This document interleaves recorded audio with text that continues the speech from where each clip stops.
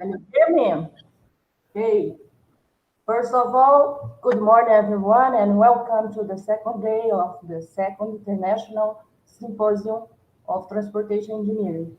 My name is Ana Paula Funan, and it's a great pleasure to be here to introduce our third speaker. Unfortunately, we cannot see each other, neither recognize friends' faces, but thanks to technology and the support of our colleague Carlos, who is in charge of making this live possible. Dr. Camila Vasconcelos is from Polytechnic School of Engineering of the University of São Paulo. She's here with us. Thanks, Camila, for being here. And let me say something, just a few words to introduce today's lecturer. Manuel Lopes Gilitso graduated as a civil engineer from the Federal University of Brazil. She got her master's degree in transportation engineering from Federal University of Ceará. Her PhD was in international dual degree in the field of transportation infrastructure. This co-tutorship involved the Polytechnic School of the University of São Paulo and the National School of Chemistry in Montpellier, France. Her thesis topic is related to sustainability and pavement materials. Manuela joined the Gustav Eiffel University in 2019 as a researcher at the Environmental Assessment Technical Design Laboratory in the Department of Planning, Mobility, and Environment.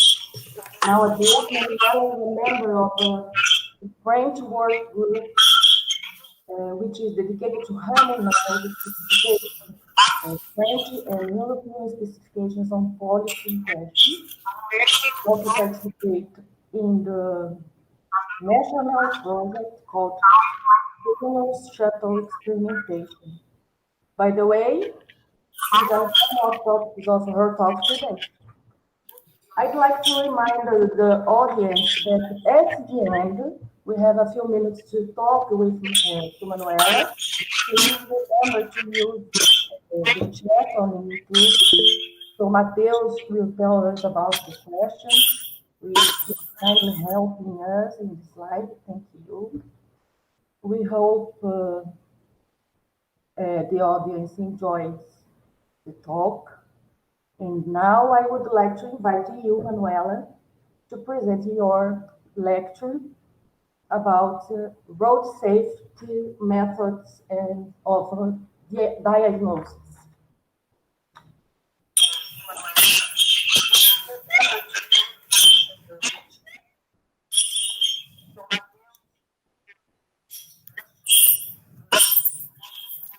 Posso ir?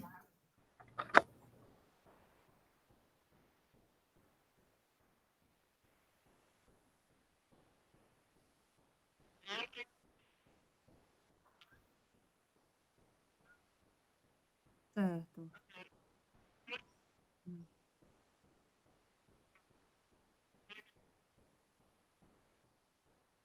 É a outra janela, né? Essa aqui? Ainda não. Só um minuto.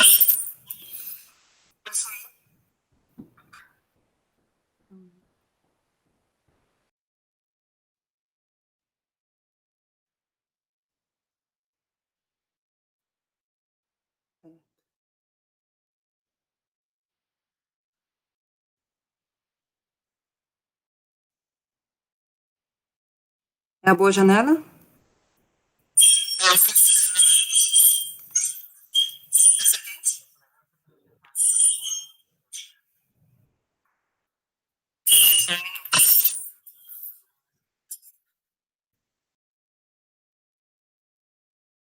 Sei, sei. Ai,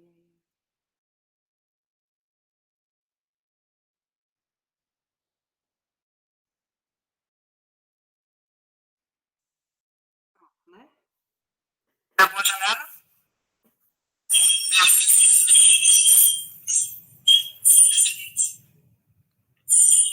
Posso começar?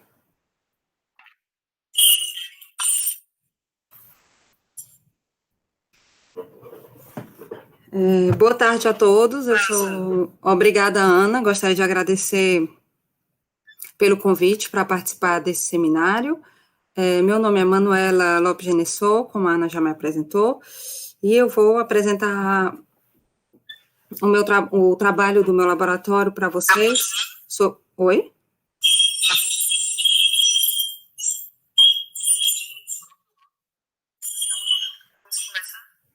Ai, ai,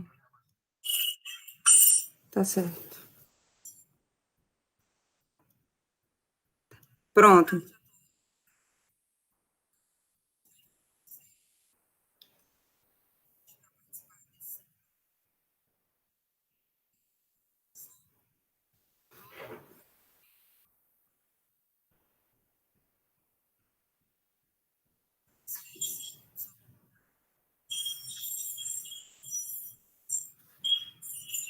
Pronto. Boa tarde a todos. Eu vou começar novamente. É, Então, obrigada a todos pela presença, obrigada, Ana, pelo convite, e, e vamos lá. Tá dando um som a mais.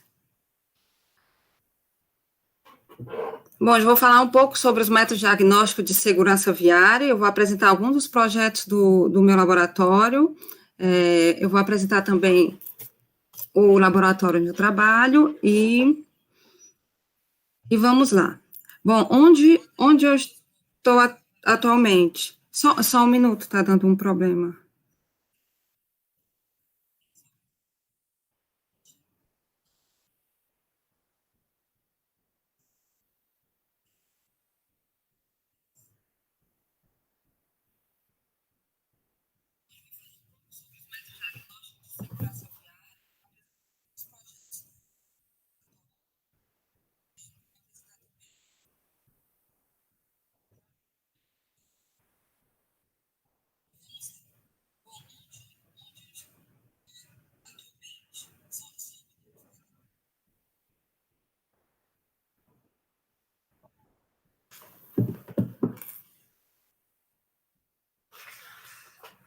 Oi?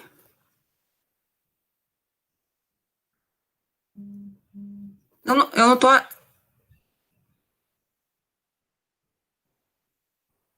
Certo.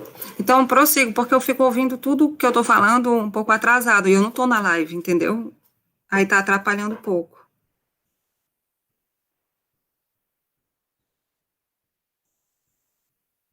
Tá certo. Pois eu vou continuar. É, Desculpa, pessoal, pelo probleminha. Então, atualmente eu estou na Université Gustavo Eiffel. Ela nasceu no dia 1º de janeiro de 2020, fruto da fusão de 6 estabelecimentos de ensino e de pesquisa, sendo uma universidade, 3 escolas de engenharia, uma escola de arquitetura. Ai, meu Deus.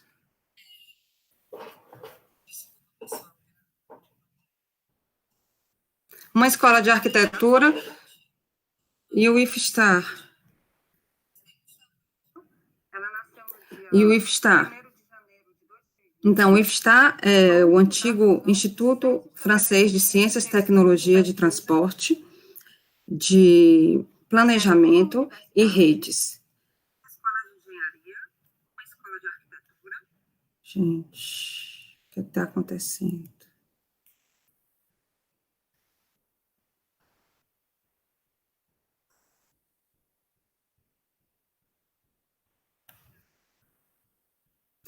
É,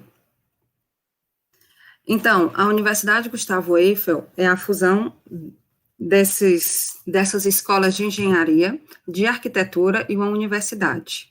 Além disso, ela também trouxe dentro dela o IFSTAR, que é o Instituto Francês de Ciência e Tecnologia, de Transporte, Planejamento e Redes. Então, como vocês podem ver aqui neste mapa da França, né, temos vários campos da Universidade Gustavo Eiffel. O campus de Paris é o maior, porque tem todas as escolas de engenharia e a antiga sede do IFSTAR. E temos também campos em Nantes, e Lyon, Grenoble, Salon de Provence, Marseille e Belfort. Eu estou no laboratório de Nantes, no laboratório EASY, que tem uma parte em Nantes e uma parte em Lyon, certo? Então, é um laboratório de meio ambiente, segurança viária e ecodesign, com o objetivo principal de compreender a interação entre o veículo, a estrada e o meio ambiente, a fim de avaliar a exposição dos usuários aos riscos de poluição e de acidente.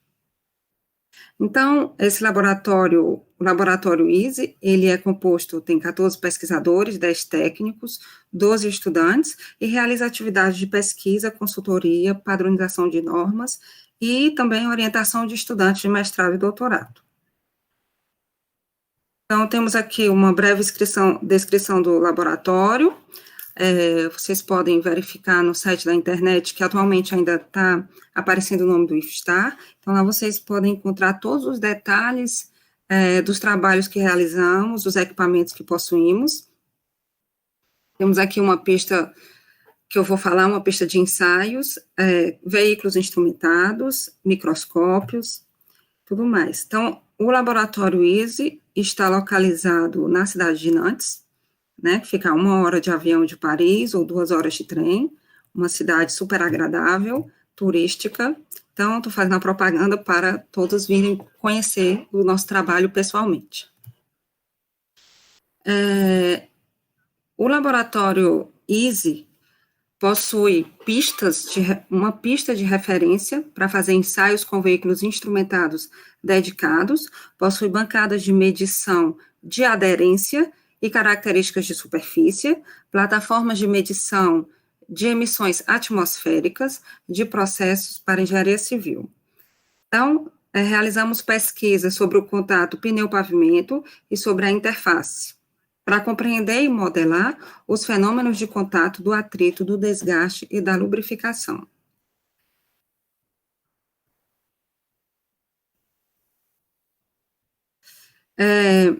Aqui temos uma foto da nossa pista de referência, né, que é uma pista que foi criada no ano de 1980, em Nantes, né. Nessa pista podem ser realizados testes de frenagem, de ruído, de aderência, de resistência ao rolamento, para fins de homologação de sistema de medição e qualificação de equipamentos de auscultação. Então, essa pista combina uma curva inclinada de 1,3 km, essa pista aqui que vocês estão vendo, onde você pode realizar ensaios com veículos instrumentados que podem viajar a 130 km por hora, né, permitindo um estudo detalhado da interação entre o veículo e a infraestrutura.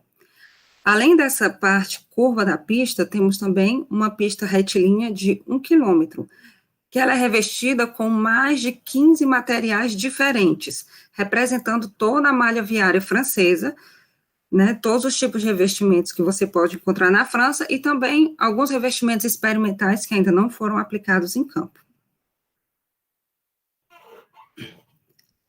Além disso, temos também uma curva de raio de 250 metros.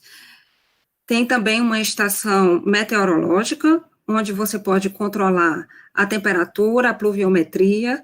Tem uma parte da pista onde você pode irrigar para fazer ensaios sobre pista molhada e poder submeter o seu veículo a diversas condições meteorológicas.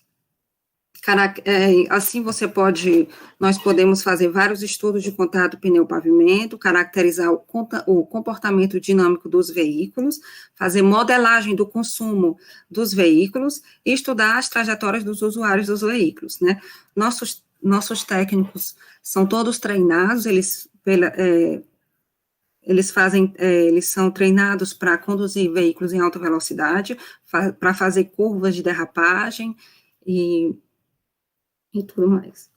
Aqui algumas fotos, né, aqui são vários caminhões que todos os anos, ou a cada 2 anos, eu não sei bem, vêm várias pessoas de vários países da Europa com seus instrumentos de medição para testar na nossa pista e para conseguir fazer uma harmonização de métodos de medida de aderência de pavimentos, entendeu? Porque muitos países, cada país tem o seu método e às vezes é difícil encontrar pontos em comum para poder harmonizar essas medidas. Então, sempre tem workshop, sempre tem veículos de todos os lugares que vêm para fazer teste na nossa pista. Então, os tópicos de pesquisa desenvolvidos no nosso laboratório são sobre o impacto dos poluentes e dos contaminantes nos usuários e no meio ambiente, ecodesign de infraestrutura de transporte e a interação entre a infraestrutura e os territórios. A temática 1, que é a análise dos impactos dos poluantes e contaminantes nos usuários, esse assunto está ligado na destinação dos poluentes e contaminantes e o seu impacto. Por um lado, na segurança do usuário, na aderência entre o pneu e o pavimento, e por outro lado, na participação dos ecossistemas, que é em relação à emissão e precipitação de partículas e poluentes associados. Na temática 2, ecodesign de infraestrutura de transporte linear, ela está ligado ao desenvolvimento de uma metodologia que leve em conta a utilização das infraestruturas rodoviárias e ferroviárias, né? A influência das características geométricas, as propriedades de superfície e políticas de mineração são estudadas. Então, a variabilidade da frota de veículos, as velocidades praticadas, também é levado em consideração por meio de colaborações com outros laboratórios do IFSTAR que trabalham com essas questões.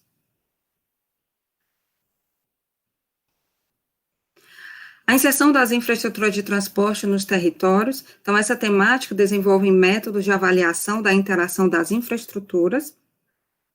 Então, aborda simultaneamente questão ambiental e de segurança e utiliza os resultados obtidos nas 2 temáticas anteriores.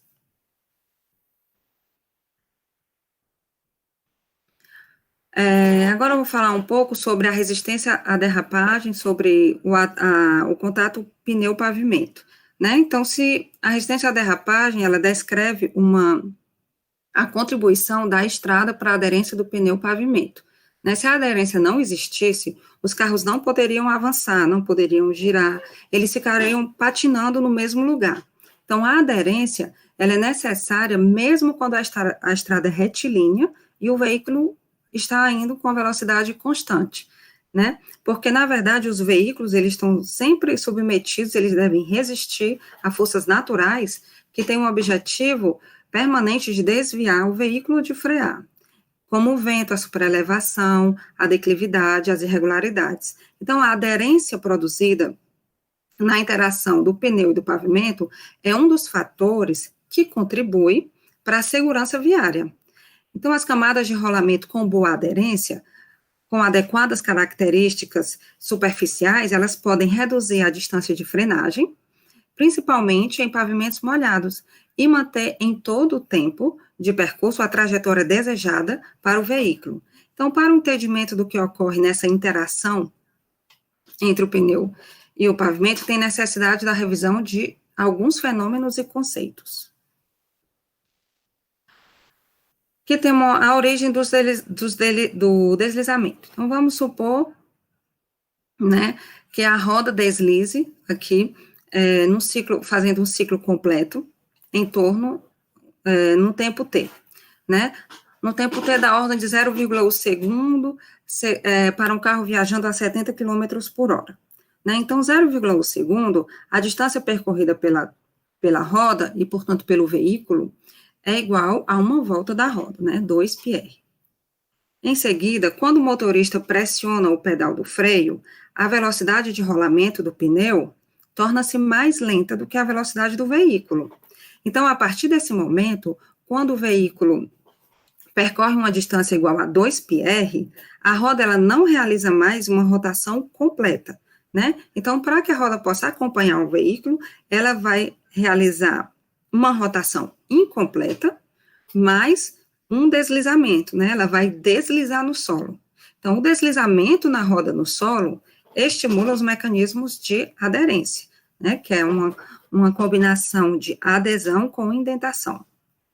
Então, uma força X vai se opor ao deslizamento e o veículo vai desacelerar, né? Então, em 0,1 segundo, a roda agora percorre a distância menor que 2 πr. Então, vamos ver o que é que acontece com a banda de rodagem do pneu, né, quando ele está deslizando, né? Como é que ela desliza? Então, a aderência, ela resulta do atrito da borracha do pneu sobre o solo. Então, vamos aqui observar o que é que acontece na escala da borracha do pneu, né? Inicialmente, temos aqui o estágio inicial, ela está no formato dela inicial, né, sem estar comprimida. Em seguida, vem uma força de compressão, né, uma força vertical, Z, que é aplicada. E em seguida, né, temos aqui um cisalhamento e um deslizamento. Então, vamos aqui nessa fase do cisalhamento, né, vamos considerar um bloco de borracha, né, sobre ela vamos colar uma placa e aplicar uma força F paralela ao solo. Então, no início, o bloco de borracha se deforma sem escorregar. E aí acontece um cisalhamento. Então, vamos deduzir que essa fase pode chamar de pseudo-escorregamento, porque tudo vai acontecer como se a placa já estivesse deslizado em relação ao solo, né? Se ela tivesse deslizado. Num segundo momento, a força F continua a crescer, e o bloco de borracha vai começar a deslizar sobre o solo, sempre conservando o seu cisalhamento máximo. Então, vamos obter aí um verdadeiro escorregamento da borracha em relação ao solo. E, então, vai aparecer uma força, né, que vai se opor a esse movimento, uma força de atrito, que vai se estabelecer nesse nível aí do contato entre a borracha e o solo. Então, normalmente, no meio rodoviário, considera-se que o coeficiente de atrito pneu-pavimento é composto por duas parcelas, né? O atrito devido à adesão e proveniente da atração das interações moleculares na superfície, né? As forças de Van der Waals, e o atrito devido à perda por esterese, que é resultante da deformação cíclica da superfície dos pneus pelas asperezas do pavimento. Então, esse comportamento combinado é consequência da viscoelasticidade da borracha e traduz-se na perda de energia através da geração de calor devido aos movimentos intermoleculares.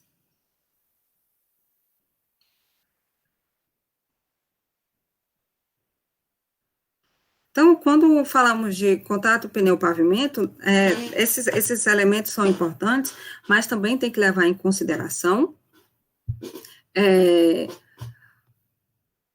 a presença de poluentes ou de água na superfície de pavimento, porque isso vai influenciar diretamente o coeficiente de atrito, né? Então, o parâmetro solo subentende não somente a natureza da superfície do pavimento, né? Mas também o seu estado, seco, úmido, molhado.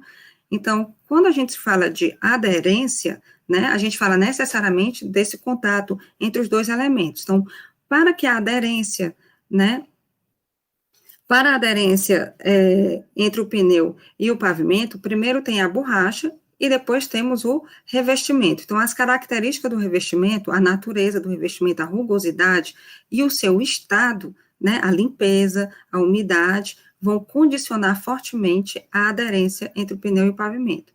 Então, a adesão necessita de um contato direto entre a borracha do pneu e o pavimento. Então, precisa que a superfície de contato entre o pneu e a estrada não esteja molhada, né? Então, aqui temos a influência desses elementos quando estão no pavimento e a influência sobre o coeficiente de atrito, né? Então, tem aqui o solo seco, aqui o solo molhado em vários, com espessura de lâmina d'água diferentes, né?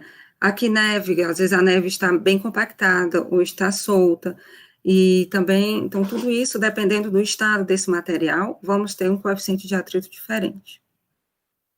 Quando o solo está molhado, temos também um fenômeno, né? Aqui podemos ver que a região entre o pneu e o pavimento molhado pode ser dividida em 3 zonas, né? A zona 1 é essa zona aqui, a zona que está na frente do pneu. É a região da área de contato recoberta por uma espessa lâmina d'água, sujeita à hidroplanagem dinâmica. Pode ser também denominada de zona molhada.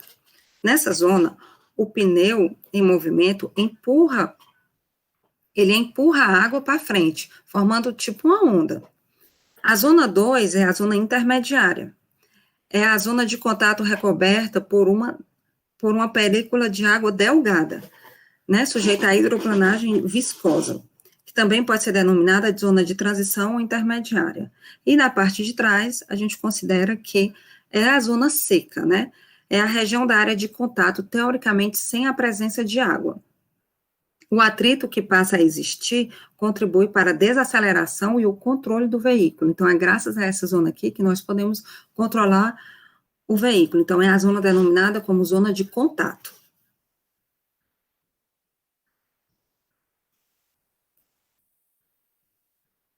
Aqui são as maneiras, né, as cavidades, aqui as ranhuras do pneu, que podem ajudar na drenabilidade também da água. A compressão dessa lâmina sobre a lâmina d'água, a compressão da borracha sobre a lâmina d'água pode ajudar a recuperar esse contato entre o pneu e o pavimento.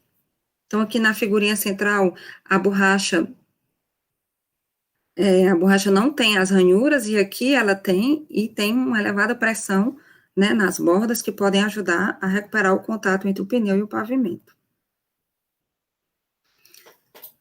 Agora vamos falar sobre macrotextura e microtextura, né? A microtextura do pavimento é responsável por romper a película de água remanescente naquela zona 2, que é a zona intermediária.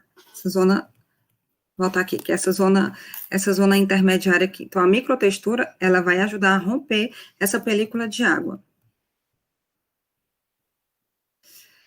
permitindo o restabelecimento do contato entre o pneu e o pavimento. A macrotextura, ela participa da drenagem e no armazenamento de água, e também participa da indentação. Então, a microtextura depende basicamente da aspereza dos agregados da superfície e da fração areia entrando na composição do revestimento. Ela pode ser classificada como rugosa ou polida.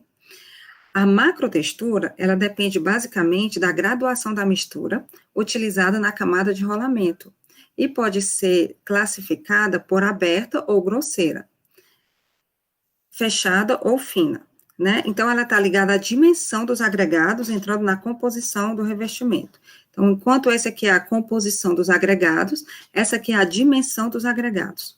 Então, aqui nós podemos ver, né, a microtextura, né, que é menorzinha, e aqui na escala com a macrotextura. Então, a textura do revestimento, ela vai influenciar diretamente no coeficiente de atrito, como podemos ver aqui nesses gráficos. Então, a superfície resultante depende, portanto, das características conjuntas da macro e da microtextura. Então, essas combinações de macrotextura e microtextura podem resultar em 4 tipos de texturas: rugosa e aberta, rugosa e fechada, polida e aberta, polida e fechada. Então, o gráfico mostra as variações típicas da aderência com a velocidade para diferentes pares de micro e macrotexturas, né? Então, vemos que uma macrotextura fraca induz a uma redução rápida da aderência com a velocidade, enquanto que uma forte macrotextura pode ajudar a manter a aderência quando a velocidade aumenta.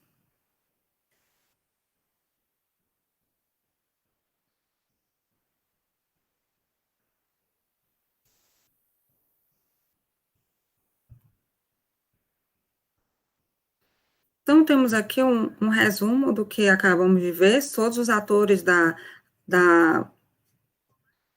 do contato pneu-pavimento, né, a velocidade, o pneu, a lâmina d'água, a macrotextura, a microtextura, as propriedades de superfície. Então, como podemos medir essas propriedades, né? Existem diversos métodos para avaliação da textura e do atrito em rodovias. Então, a macrotextura pode ser medida diretamente na superfície do pavimento, com amostras extraídas ou moldadas. Então, um método bastante utilizado para avaliação dessa propriedade é a mancha de areia, que é usado para a determinação da média da profundidade de altura da mancha de areia na superfície de um pavimento, né? Então, o procedimento é super simples, ele consiste em preencher os vazios da superfície, da textura superficial do pavimento, com o volume conhecido de areia normalizada, formando uma mancha circular. Em seguida, é medida a superfície circular da areia, e assim você pode determinar, né, calcular a altura das rugosidades. Então, existe também os métodos com perfilômetro a laser, com drenômetros, né? Temos aqui vários outros tipos de métodos outros métodos para analisar a macrotextura do pavimento. Então, todos esses equipamentos a gente tem aqui no laboratório.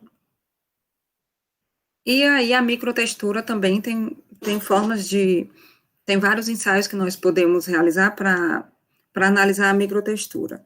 Então, ela é avaliada por métodos indiretos, né, a partir da medida do coeficiente de atrito.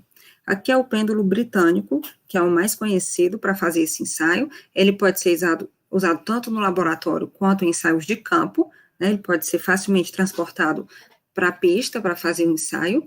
Então, é um pêndulo padronizado, com uma borrachinha aqui na sua base, né, que é lançado em direção ao pavimento molhado, com o objetivo de medir a perda de energia por atrito dessa sapatazinha de borracha do pêndulo quando desliza sobre a superfície do pavimento.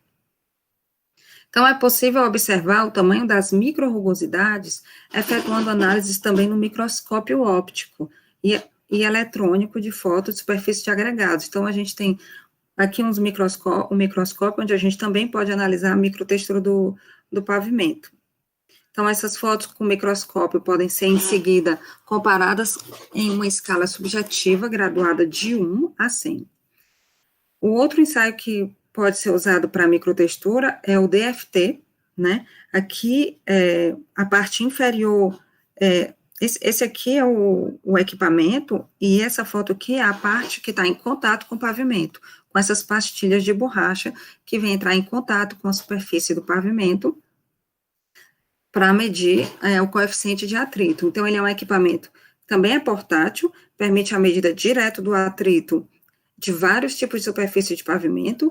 Então, ele consiste, né, em girar esse disco na horizontal, com velocidade tangencial de 20 km por hora, e tem alguns modelos que vai até 60, né, o nosso vai até 60, e ele tem composto de dessas três corrediças de borrachas que contatam a superfície, enquanto que a velocidade é reduzida em função do atrito gerado na área de contato.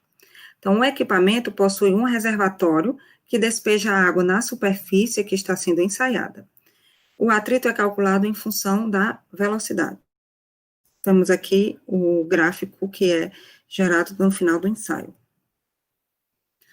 Temos também o Screen, que é um equipamento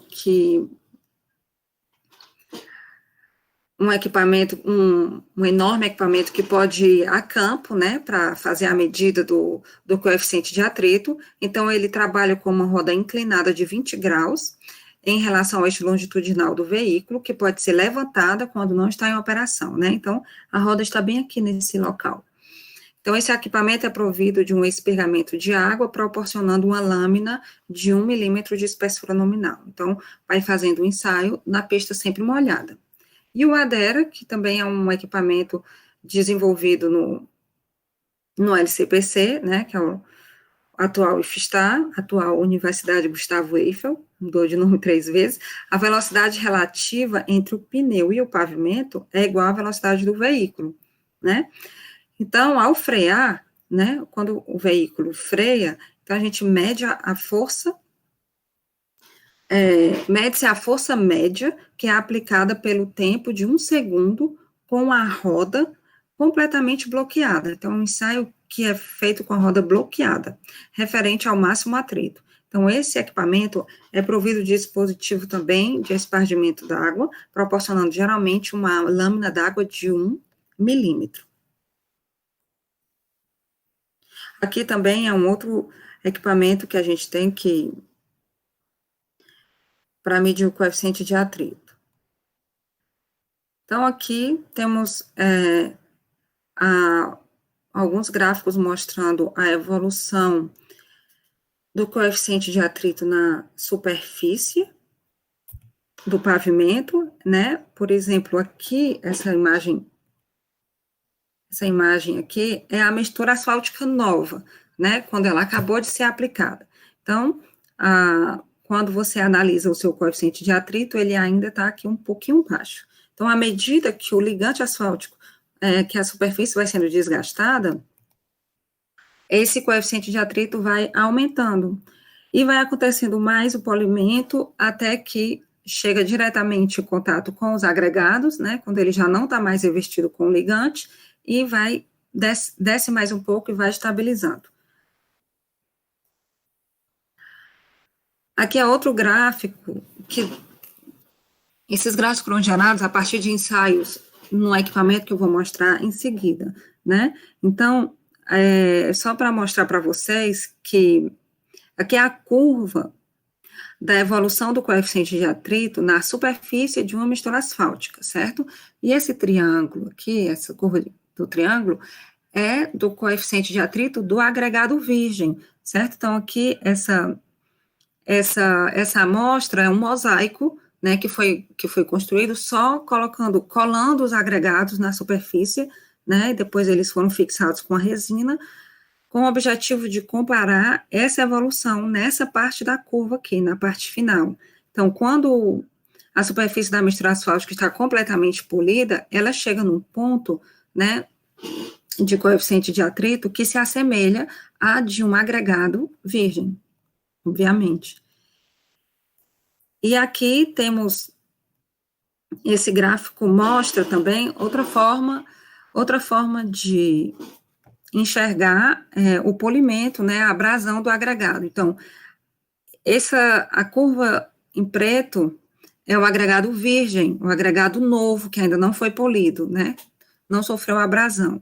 E o agregado e a curva vermelha é depois do polimento, né. Então, quando você faz a medida do coeficiente de atrito do agregado virgem, que ainda não foi polido, temos aqui valores bem elevados em relação ao agregado que já sofreu abrasão. Então, temos uma máquina uma máquina alemã, que se chama Werner-Schultz, que é um ensaio que mede o coeficiente de atrito após o ensaio de polimento, né? Então, o princípio é medir essa resistência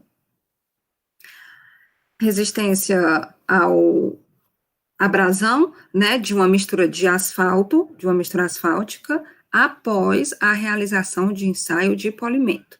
Então, nós podemos realizar vários ciclos de polimento. até 90 mil ciclos, né? Então, as medidas se realizam na mistura asfáltica, né? Antes, pode ser misturas que você vai recuperar, você construir um pavimento, você pode pegar uma amostra e trazer para o laboratório para testar, ou então você pode fazer isso antes de aplicar no campo, assim você vai conhecer, né, a evolução do atrito da sua mistura.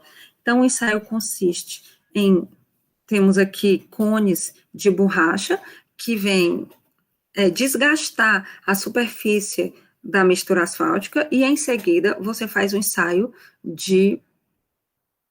para determinar o coeficiente de atrito. Como você faz em vários ciclos diferentes, você pode observar a evolução, né, a evolução do coeficiente de atrito da sua mistura com o passar do tempo, certo? Então, são três... o ensaio, a velocidade, né, do ensaio, ela vai até 100 km por hora, e depois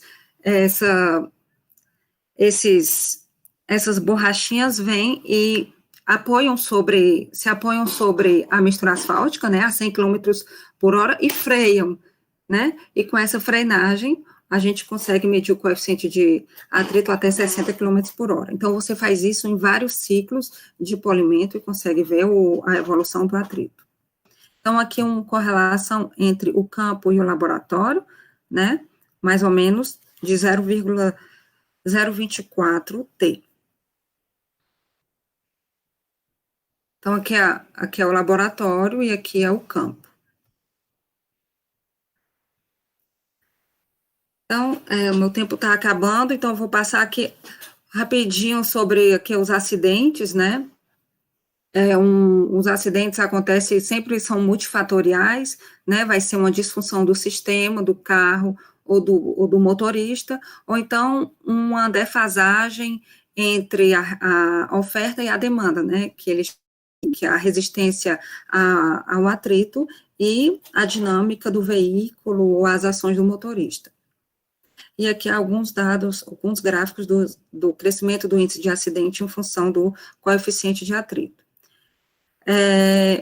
Aqui é um software que foi desenvolvido pelo laboratório EASY, né, com o objetivo de estudar a segurança viária, né. Então, usando esse veículo VANI, que é um veículo que está todo instrumentado, você pode detectar automaticamente áreas perigosas na infraestrutura. Então, essa ferramenta, né, o Alerta Infra, foi desenvolvida em um projeto de pesquisa francês, financiado pelo LCPC na época, e o método é baseado em uma análise de multicritérios, né, da infraestrutura. Então, ele detecta configurações perigosas, né, da infraestrutura, ou seja, combinações de valores de características geométricas da superfície e que podem implicar em risco de acidente. Então, as características da infraestrutura são coletadas com o veículo VANI, que é equipado com sensores que medem os movimentos da carroceria do veículo, os ângulos de rotação, a velocidade de rotação inclinada, mudanças de curso, aceleração vertical gerada por irregularidades. E também a resistência à derrapagem, que é medida por um grip test. Então, essa metodologia, ela pode gerar várias alertas, né? Tem vários indicadores e pode gerar até 19 alertas. Então, 15 alertas em curvas e 14 e 4 em linha reta. Então, quem tiver mais curiosidade pode entrar em contato que eu posso passar mais detalhes. E para finalizar minha apresentação, eu queria falar sobre o projeto muito interessante que a gente tem agora aqui na França, que é o projeto sobre os veículos autônomos. Então, esse aqui a gente chama aqui de navette autonome. Então, é um veículo robótico, né? Um veículo sem motorista, que consiste, né, um veículo robótico, em qualquer veículo que tenha a capacidade de transporte de pessoas ou de bens, sem a utilização de um condutor humano, né? Então, esses veículos, eles têm como objetivo substituir o condutor humano por um sistema de controle computacional que integre recursos tecnológicos do veículo. Então, tem diversas técnicas diferenciadas, né, que têm sido desenvolvidas pelos grupos de pesquisa ao redor do mundo para atingir esses objetivos. Então, a vantagem do uso desses veículos autônomos é exatamente reduzir, né, a incidência de acidentes de trânsito provocada por fatores humanos. A possibilidade de deficientes poderem dirigir, né, pessoas com deficiências motoras ou visuais, eles poderiam, né, ter um veículo autônomo, né, utilizar o automóvel sem precisar de um auxílio de terceiros. Aumento da produtividade também é outra vantagem, já que o condutor pode realizar outras atividades enquanto o veículo está seguindo o seu percurso, né? Imagina, você vai trabalhar e você participa de uma reunião no seu trajeto, enquanto o veículo vai conduzir você ao seu trabalho sem precisar da sua intervenção, né? Então, aumento também da capacidade de tráfego das vias, com redução da distância entre os veículos, em função de menor tempo de reação para a frenagem. Então, esse projeto, né, da navete autônoma, ele só tem 1 ano, começou no ano passado. Ele consiste em realizar experimentos com essa navete nas nossas pistas de ensaio, né? A gente ainda está na fase experimental, elas ainda não estão circulando nas vias, mas em breve, por exemplo, aqui no caso de Nantes, essa navete vai ser utilizada para ligar o aeroporto até uma estação de tram, né? Então, é um veículo, no caso desse aqui, né, esse pequenininho, é um veículo para o último quilômetro, né? Ele não vem substituir o seu automóvel, ou o ônibus, ou o tramway, ou o metrô. Ele vem simplesmente completar o que está faltando, né? Então, no nosso caso aqui, o tramway, ele vai até um determinado ponto e fica faltando uma certa distância para percorrer até o aeroporto, que atualmente é feito por uma linha de ônibus. Então, o objetivo é substituir essa pequena linha de ônibus por uma navete, por várias navetes, para fazer a ida e volta entre o aeroporto e a estação de tram. Então, atualmente, os ensaios utilizando a navete está sendo realizada nessa plataforma que se chama Transpolis, que é uma cidade experimental, é uma cidade que tem várias ruas, vários bairros, mas que não tem pessoas. Antigamente era um local onde era armazenado armamentos, né, para a guerra, e atualmente ele pertence ao IFSTAR, e é um local onde você pode fazer vários experimentos, utilizando bonecos, pedestres, né, para simular acidentes, frenagens, simular diversas situações que você pode encontrar no cotidiano, né, nas vias urbanas, e você pode simular essas situações aqui dentro, né, simular acidentes. Por exemplo, aqui nós temos um ciclista, né, aqui nessa imagem temos aqui um ciclista que vai circular em cima de raios, e depois você pode vir com a navete e fazer ensaio de evitamento, ensaio de frenagem, porque se o ciclista vem e aparece de uma vez na frente da navete, pode gerar um acidente. Então, são realizados vários tipos de ensaio de frenagem, de situações críticas. Então, temos aqui a navete. Então, o que está acontecendo atualmente nesse projeto que é a fase experimental. Primeiro, a gente estuda o trajeto por onde ela vai circular, né, no meu caso, entre o aeroporto de Nantes e uma estação de trem. Então, vamos detectar nesse trajeto quais são as situações críticas que podem ter acidente. Por exemplo, as situações que tem rotatória, que tem bastante pedestre, que tem outros veículos circulando com velocidades mais elevadas, que podem ultrapassar a navete e provocar um acidente. Então, existe uma metodologia que é aplicada nesses trechos, onde a gente aplica a metodologia nesses trechos para poder identificar as situações críticas. Uma vez as situações críticas forem identificadas, a gente vai reproduzir essas situações dentro da plataforma Transpolis e também nas pistas de Nantes, né? Essa plataforma, ela é localizada em Lyon, não é aqui em Nantes. Então, a nossa navete ainda está lá em Lyon, né? Então, ela tem 4 bairros, né? Então, equipados de pistas e ele é totalmente modular, né? Você pode pegar as paredes de concreto, essas paredes de concreto que estão aqui, e você pode ir construindo outros bairros, né? Da maneira que você quiser. Então, aqui tem esse vídeo que eu queria mostrar para vocês, para fazer um pouco de propaganda do projeto, né? Eu vou pedir para o...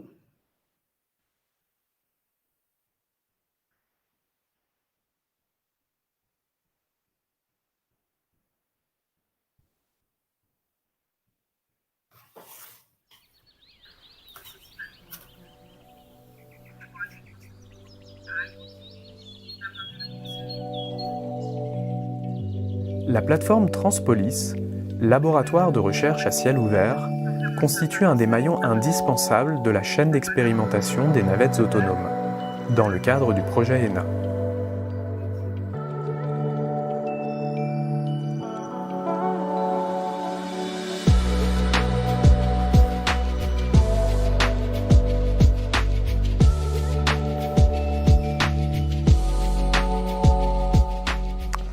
Une navette autonome, c'est un système technologique assez complexe, mais finalement avec un fonctionnement très simple. Imaginez-vous en train de vous déplacer en ville avec votre GPS, avec votre carte. En fait, vous êtes tout le temps en train de regarder la carte et d'essayer de vous repérer en regardant les bâtiments, les panneaux, pour vous repositionner finalement par rapport à cette carte. Et la navette, elle ne fait pas autre chose. Elle a déjà enregistré l'environnement en 3D autour d'elle et quand elle passe à un endroit, elle va juste voir les différences. Et si jamais vous avez un obstacle qu'elle repère, elle va s'arrêter ou éventuellement on va travailler pour qu'elle réussisse à contourner l'obstacle en toute sécurité. En 2018, le gouvernement lance la stratégie nationale pour le véhicule autonome. Le consortium ENA répond à un appel à projet visant à mettre en place des expérimentations de navettes autonomes sur différents territoires. Pour pouvoir déployer des navettes sur des territoires donc avec des vraies personnes et dans un trafic réel, il faut prendre un certain nombre de précautions préalables. Et grâce à Transpolis, on va pouvoir reproduire sur le site des configurations qu'on va trouver sur les territoires d'expérimentation et ainsi pouvoir évaluer la sûreté de fonctionnement, la sécurité des passagers, la sécurité des usagers vulnérables, c'est-à-dire ceux qui vont être autour de la navette pendant la circulation. Donc en amont, avant le déploiement, pour garantir une réussite optimale des expérimentations. La plateforme Transpolis dispose de nombreux équipements mobiles permettant de créer, de tester et de documenter tout type de scénario que pourrait rencontrer la navette autonome lors de son déploiement. ENA, c'est expérimentation navette autonome. On est là pour engranger les connaissances et tester des méthodologies. On aura tout gagné quand on parlera juste d'exploitation de navettes autonomes et plus d'expérimentation. Si j'avais un message pour les gens qui sont sur notre territoire, c'est venez essayer la navette, participez à l'étude d'acceptabilité, d'acceptation, donnez-nous d'autres retours, c'est extrêmement important pour vérifier que c'est bien un système qui va fournir un service et amener du transport là où il n'y en a pas. Carlos, ela falou aqui para mim no WhatsApp que ela não está te ouvindo, acho que ela deve ter fechado o áudio do computador.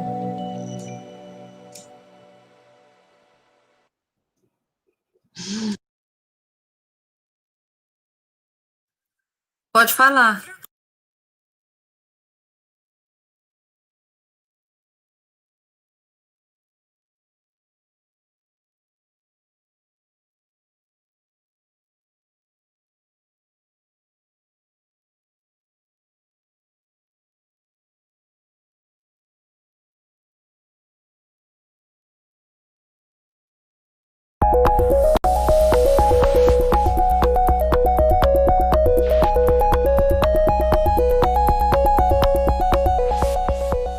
Transpolis est une plateforme de recherche et d'innovation mutualisée, utilisée à la fois par la recherche académique et par la recherche industrielle pour tester et expérimenter la mobilité, les moyens, les outils de mobilité de demain pour préparer l'avenir avec en particulier les véhicules et les navettes autonomes, mais aussi les autres moyens de mobilité. Alors la recherche industrielle a été portée par le pôle compétitivité CARA, qui porte les industriels de la grande région Auvergne-Rhône-Alpes. La partie académique a été portée par les chercheurs de l'IFSTAR. Nous avons aujourd'hui la capacité sur cette plateforme d'avoir des études de cas qui seront testées sur la ville avec des dizaines de kilomètres de rues, de boulevards périphériques qui pourront être mises à contribution pour les recherches à la fois de nos chercheurs mais aussi des industriels. Ce qui fait la force et l'unicité de Transpolis, c'est d'avoir été pensé autour des usages et des usagers. On va pouvoir mettre en situation de déplacement des personnes et étudier la façon dont ils vont s'approprier, accepter ces nouveaux modes de déplacement. Une autre force de Transpolis, c'est son aspect modulaire et modulable. C'est-à-dire qu'on va pouvoir aménager le site pour créer tout un tas de scénarios différents, pour pouvoir reproduire des situations réelles et les évaluer avant de les déployer sur le terrain.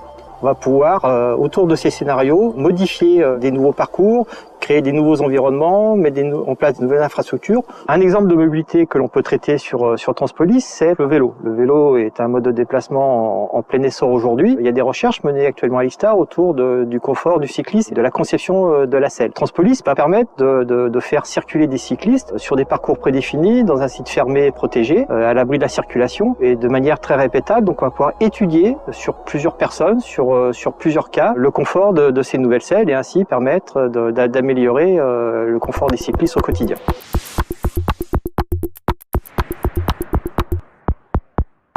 On a un espace dans lequel on pourra faire vraiment des tests aux conditions limites d'utilisation des systèmes. Transpolis actuellement a un réseau très important de routes qui nous permettra de créer des protocoles expérimentaux fiables et qui mettent vraiment le participant dans un état de conscience proche de celui qu'il pourra avoir dans le réel. Sur l'automatisation de la conduite, il faut que l'on travaille sur l'impact que ça peut avoir sur l'ensemble des usagers de la route. C'est aussi bien les automobilistes qui vont interagir avec ces véhicules ou alors qui vont être dans ces véhicules plus ou moins automatisés. Ça peut être les usagers des transports en commun qui seront dans des véhicules autonomes, de plus en plus autonomes. Aussi, ça peut être tous les autres usagers qui vont évoluer autour de ce véhicule, les cyclistes, les piétons.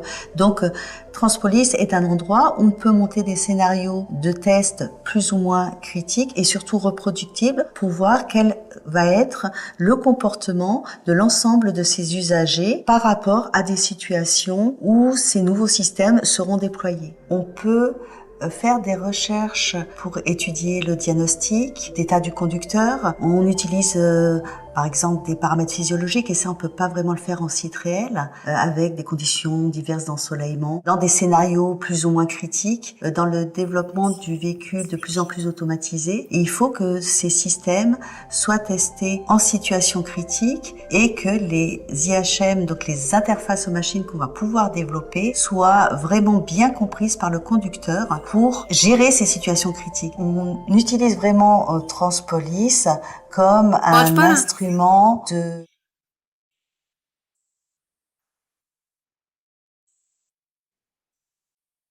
Pronto? Tá vendo a minha tela?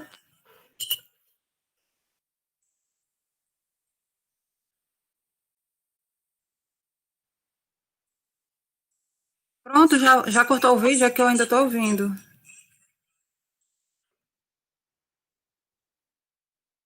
Ok. Bom, então, eu vou concluir minha apresentação, né? Então, as rodovias do futuro, seguras, verdes, duráveis, baratas, inteligentes e conectadas. Se vocês têm algumas perguntas, eu estou disponível.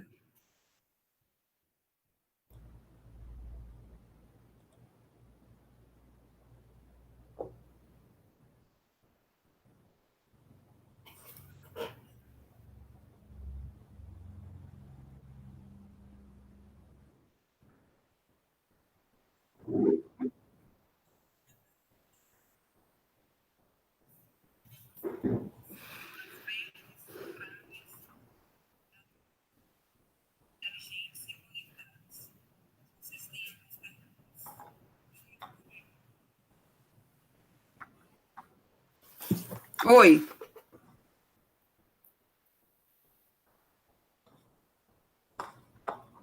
Eu deixo aqui nessa tela? Tá certo. Tá bom.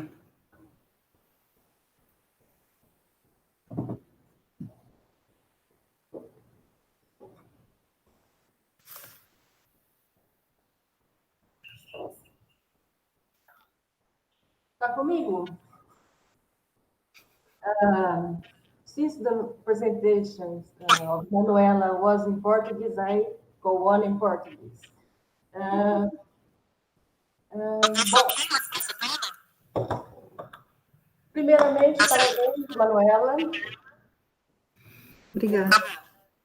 Eu achei muito impressionante a infraestrutura da Universidade Gustavo Eiffel. E não só isso, mas também a multidisciplinaridade que envolve todos esses programas de pesquisa que vocês têm desenvolvido, né? Além disso, esse rigor na norma técnica, né? Na questão de trabalhar especificações, uniformizar o que os países estão entendendo como leituras e medidas, né? Isso é de um comprometimento notável, né? Então, parabéns por essa overview, né, sobre os métodos de investigação em segurança viária.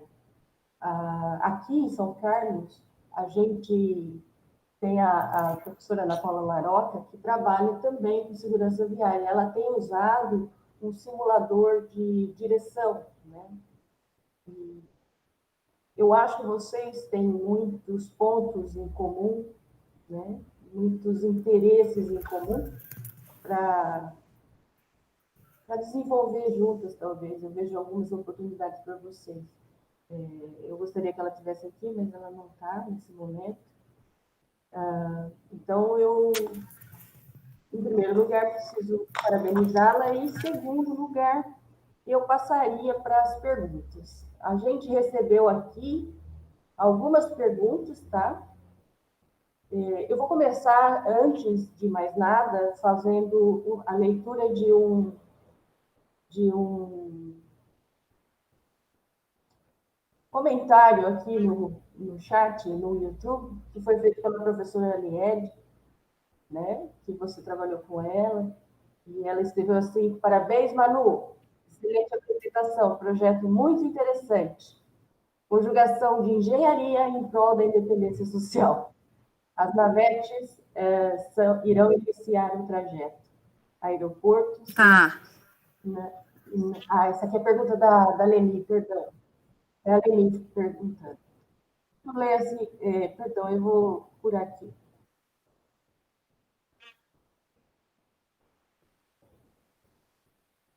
A Leni vai perguntar, deixa eu só terminar, mas a Leni vai perguntar, a Leni Leite, da Petrobras, vai perguntar o seguinte: onde é o trajeto da navete, né? As navetes irão iniciar o trajeto do aeroporto até o centro de Nantes em 2021 já?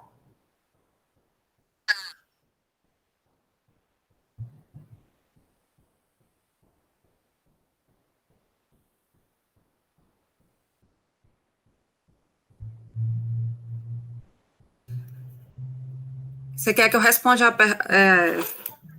o trajeto e o período previsto para o início do funcionamento da navete. A navete... Tá. O trajeto em Nantes, né? O projeto da navete para iniciar... Desculpa. A navete será utilizada entre a estação de tramway Neustri e o aeroporto de Nantes, certo? Então, tem mais ou menos uns...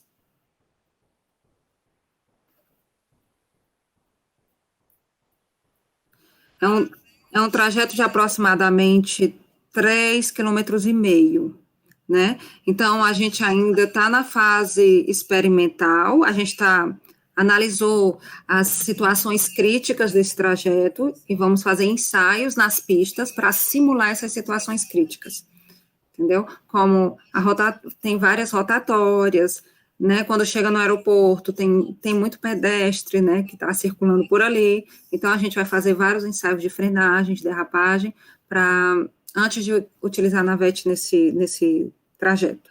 Então, talvez 2022, não 2021.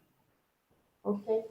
Aqui nós temos uma pergunta do André, que é aluno nosso, perguntando sobre como é a contribuição para as pesquisas em geral, em termos de financiamento aí na França, se o governo participa, se é iniciativa privada, enfim.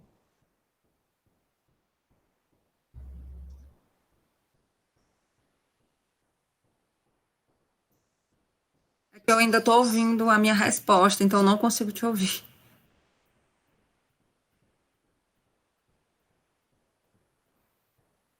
Do André? Você consegue ler o chat? Eu consigo ver o chat. Então, siga pela primeira pergunta do André Lapa.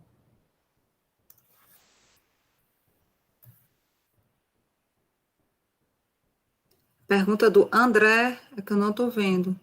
Logo no começo. No começo? Isso. Matheus Silva inclui a pergunta de André sobre financiamentos de pesquisas na França.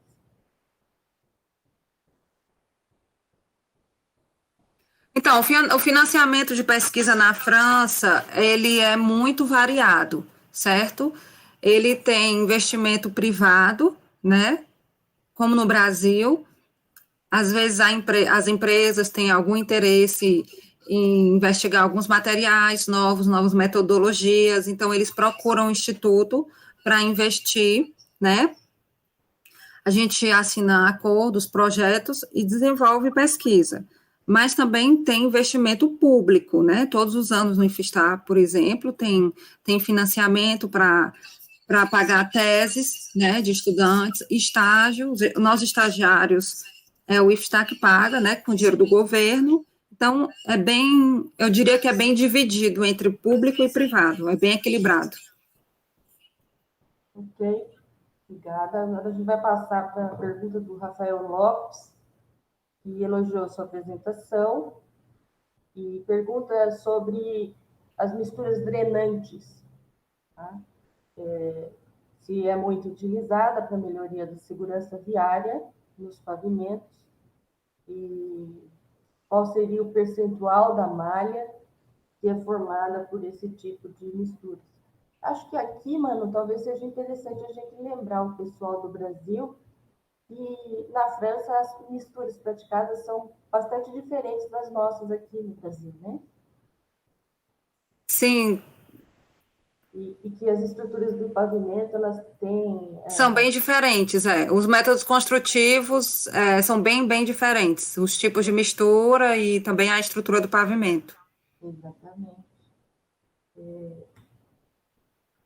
Vou olhar aqui e mostrar aqui Eu não saberia dizer o percentual da malha contendo mistura drenante, mas ela é bastante utilizada para reduzir acidentes, sim.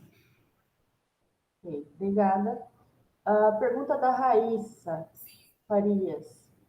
Parabéns pela excelente apresentação. Gostaria de saber em que ano foram construídos os trechos experimentais.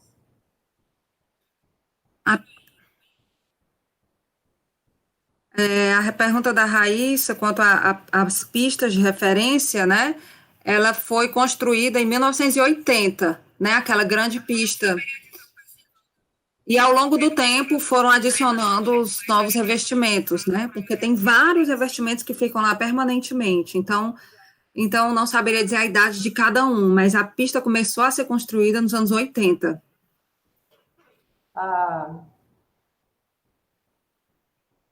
Deixa eu ver, tem uma segunda parte da pergunta, ela fala assim, do seu estudo, quanto tempo de monitoramento antes e depois, né? Quando você faz um estudo, quanto tempo você monitora essas pistas?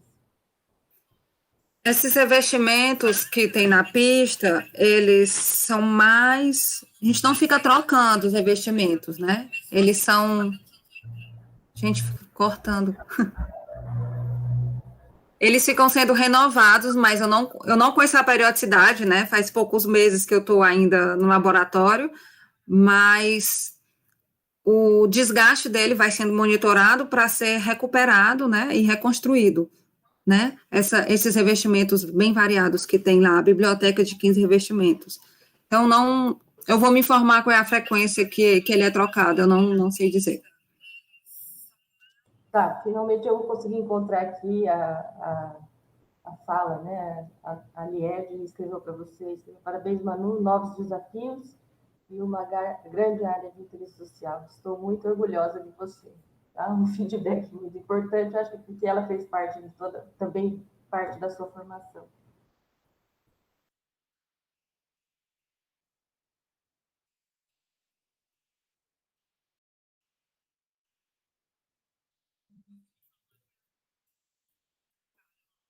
E a gente tem uma outra pergunta, mas aqui já é da Leni. E a Leni, ela pergunta assim, eu gostaria de saber se há possibilidade de bolsas para alunos de mestrado e doutorado na Universidade Gustavo Eiffel. Excelente pergunta. É do Gustavo Santos, perdão, mestrando da ESC. Manda o currículo. Acho que ele quer trabalhar na Transpolis, em Lyon. Foi impressionante. Entendi. Olha, a gente sempre tem possibilidade de mestrado e doutorado, sempre, todos os anos, muitas possibilidades. Então, mandem e-mail, mandem currículo.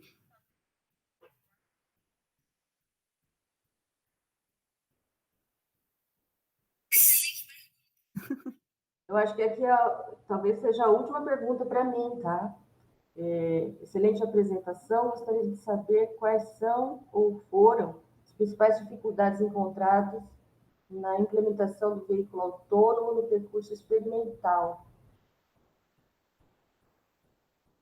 Como é que foi para começar a rodar na VET no tráfego normal? Quanto às dificuldades encontradas, né, no veículo, excelente questão. A gente ainda tem dificuldades, né, porque o veículo não foi implementado. Ele ainda fica no Transpolis, em Lyon, fazendo os ensaios, né, então, uma das dificuldades que a gente encontrou foi porque a versão do veículo que a gente tem, ele só vai até 30 km por hora, e ele seria para circular numa via que é um trecho de 50 e um trecho de 70. Então, a cidade antes não estava aceitando essa diferença de temperatura, essa diferença de velocidade. Seria muito perigoso ter um veículo que circula muito devagar numa via que tem veículos com 70, né? Então, muitos riscos de acidente. Então, a gente teve que procurar outro veículo que pudesse circular numa velocidade mais elevada. E tem também outras dificuldades, né, que a aceitabilidade das pessoas, às vezes as pessoas têm medo de subir no veículo que não tem condutor, né, então tem vários desafios que a gente ainda precisa enfrentar antes de implementar essa nova tecnologia. Nessa linha da Navet, né, tem muita gente interessada aqui. Acho que é importante destacar que a Navet ela não saiu para as ruas, né? Não saiu, Dia para noite, né? São fases diferentes do projeto, né? Fase de teste. Eu acho que está na fase 3, é isso, Manu? Então, sobre a infraestrutura adicional, né, pergunta do Gustavo Santos.